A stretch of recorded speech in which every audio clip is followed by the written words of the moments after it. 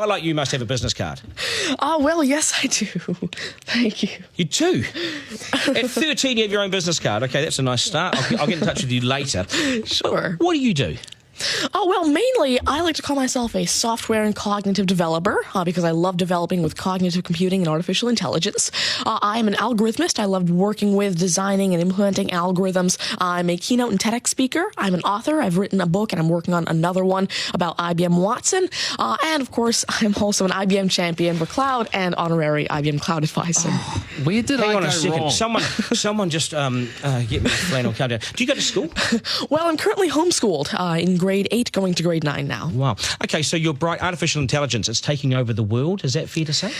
Well, you see, that's actually one thing that I believe a lot of people have, the sort of misconception that artificial intelligence is this technology that was made to replace humans at really everything we do, whether it be, our jobs or whatever we do at home every day. But really what I believe is that artificial intelligence was developed and is continuing to be developed for the sole purpose of really augmenting our life and amplifying our skills or capabilities and what we can do every day. But what about when the computers actually learn that they're better than us?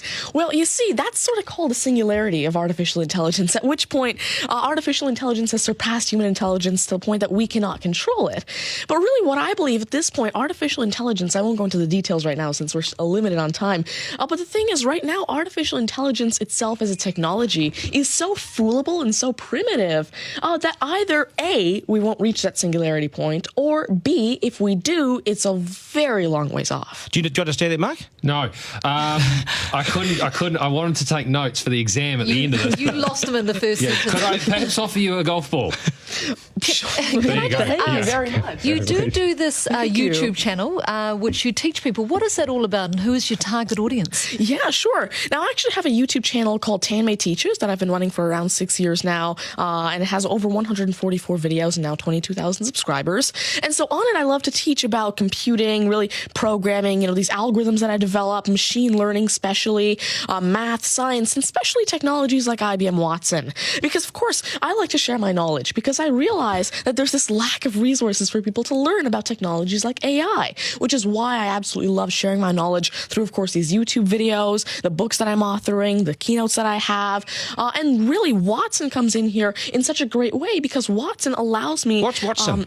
Sure. Well, Mark thinks he's a golfer, but what is Watson? Now, IBM Watson is essentially a cognitive system that allows developers to incorporate cognitive and machine learning into their applications without having to code in the actual intelligence. And what this means is that, of course, right now, really one of the main reasons developers aren't incorporating more machine learning into their apps is because it's so hard to do. It's really difficult to incorporate intelligence because... Has the I'm going to take this somewhere else, this interview. Has the Homeschooling Association of the World got hold of you as the front person?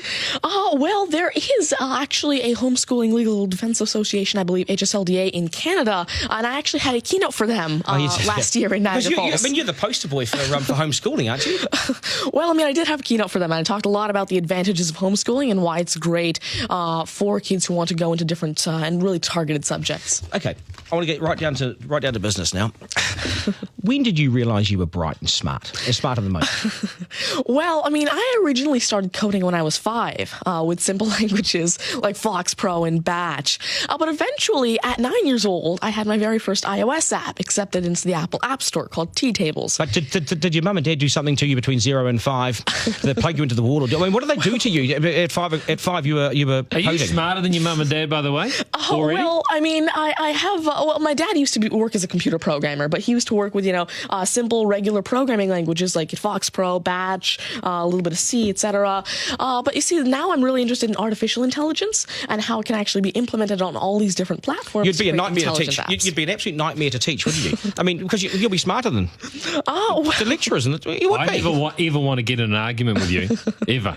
But I would like to see you on a quiz show because I think you would nail that. Well, you see, there is one thing that I've been working on, and it's essentially an app called Ask Tanmay, an NLQA system, And so essentially, it's a system that can take your natural language questions and answer them for you using Watson and artificial intelligence. And actually, the original reason why I made Ask Tanmay, there's an Indian version of the Who Wants to Be a Millionaire show called KBC, which I originally wanted Ask Tanmay to play. So that actually ties in quite a bit with what I wanted to do. It's nice to see you. Do you get because you're homeschooled? You wouldn't go to school dances and things like that, would you? School socials and things. Do you Well, I actually used to be regularly schooled until grade 6. Right. Then I became homeschooled, and so of course I still do have my This is friends still from a school. victory for public schools. Take that golf ball Yep.